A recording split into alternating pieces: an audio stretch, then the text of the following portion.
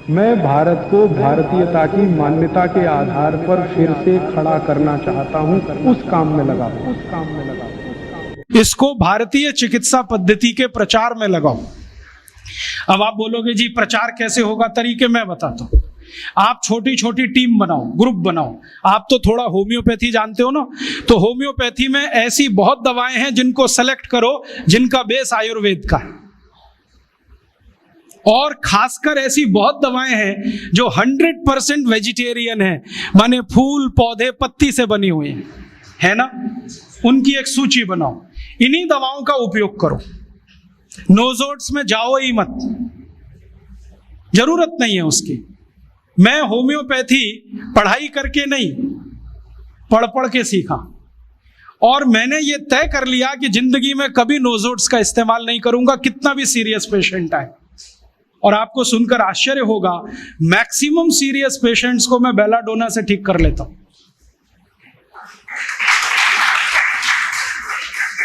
एक बार एक homeopathy college के प्रिंसिपल ने मुझे पूछा कि राजीव भाई आपकी बेलाडोना इतनी पसंदीदा मेडिसिन क्यों है? मैंने कहा ये सभी क्रोनिक केस क्लियर करती है।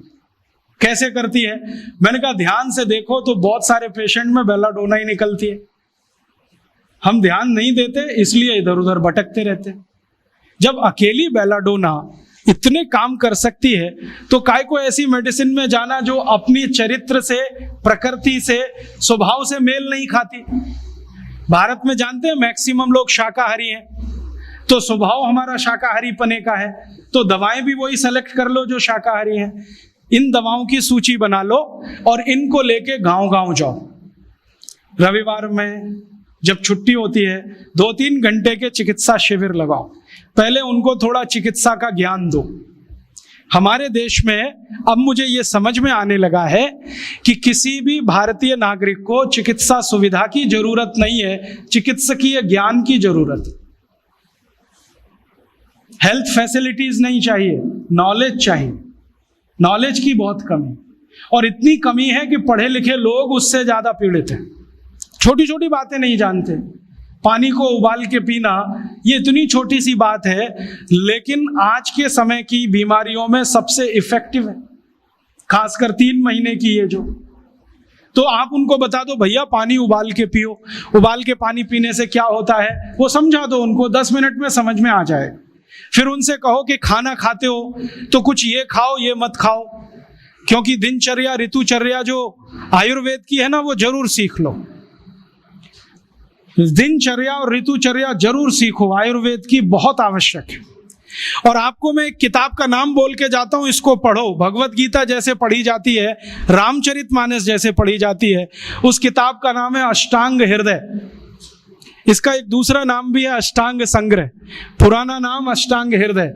ये किताब का जो स्वस्थ व्रत है ना, वो ऐसे पढ़ो जैसे आप धार्मिक पुस्तक पढ़ते हो, और उसको बार बार पढ़ो तो याद हो जाएगा, कंठस्थ हो जाएगा। उसमें 2000 सूत्र हैं।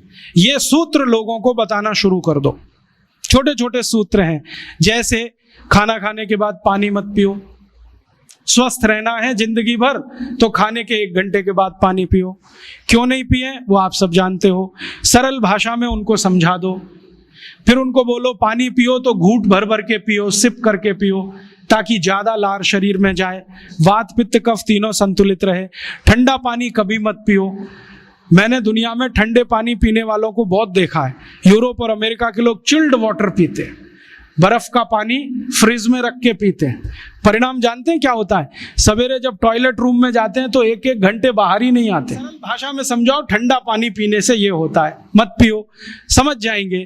फिर उनको बोलो सवेरे उठो तो सबसे पहले पानी पियो।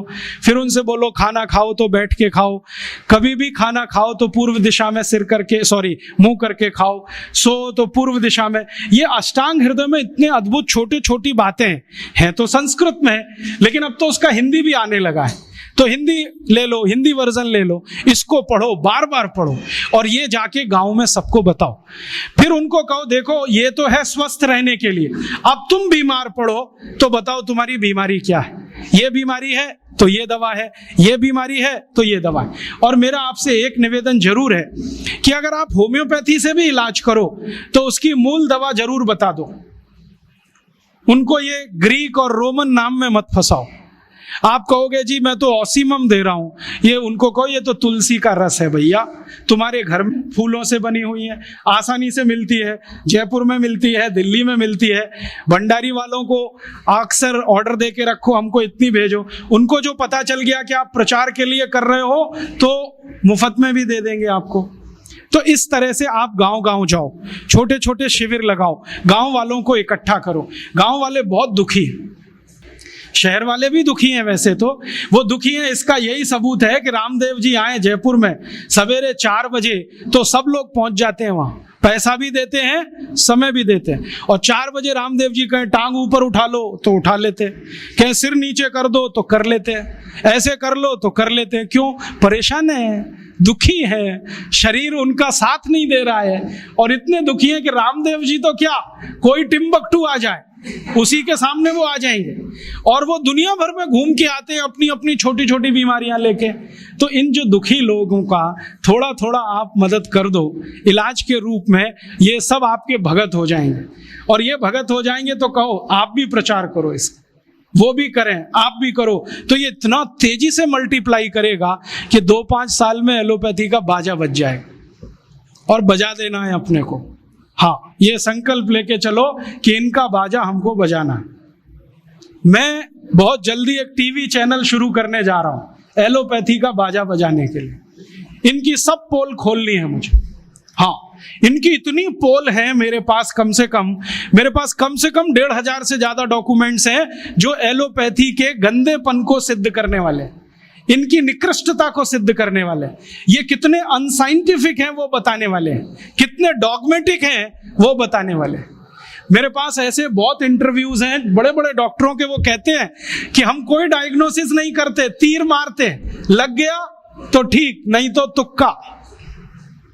और वो कहते हैं हम तो एक ही सिद्धांत पे काम करते हैं, ट्रायल एंड एरर, देते जाओ गलतियां करते जाओ, देते जाओ गलती, भले मर जाए पेशेंट उसमें। हमारे पास तो कम से कम ये नहीं है ट्रायल एंड एरर वाला। हम तो जानते हैं कि तुलसी है तो उसके ये गुण हैं तो ये रिजल्ट आना ही चाहिए, मेथी है तो उसके ये गुण हैं तो ये रिजल्ट आना ही चाहिए। हमको सब मालूम है, फिक्स है, यहाँ वेरिएशन नहीं है। मेथी के जो रिजल्ट चरक ऋषि को मिले वो आज भी मिलते हैं। इसमें इतना सातत्य है, वेरिएशन कहीं भी नहीं है। तो जो विज्ञान में सातत्य होता है, सत्य ज्ञान वही होता है। तो हमारे पास जो सत्य ज्ञान है इसको लेकर आगे बढ़ें और इसके अपने जीवन में भी और दूसरों के जीवन में प्रयोग करने के लिए प्रेरित करें।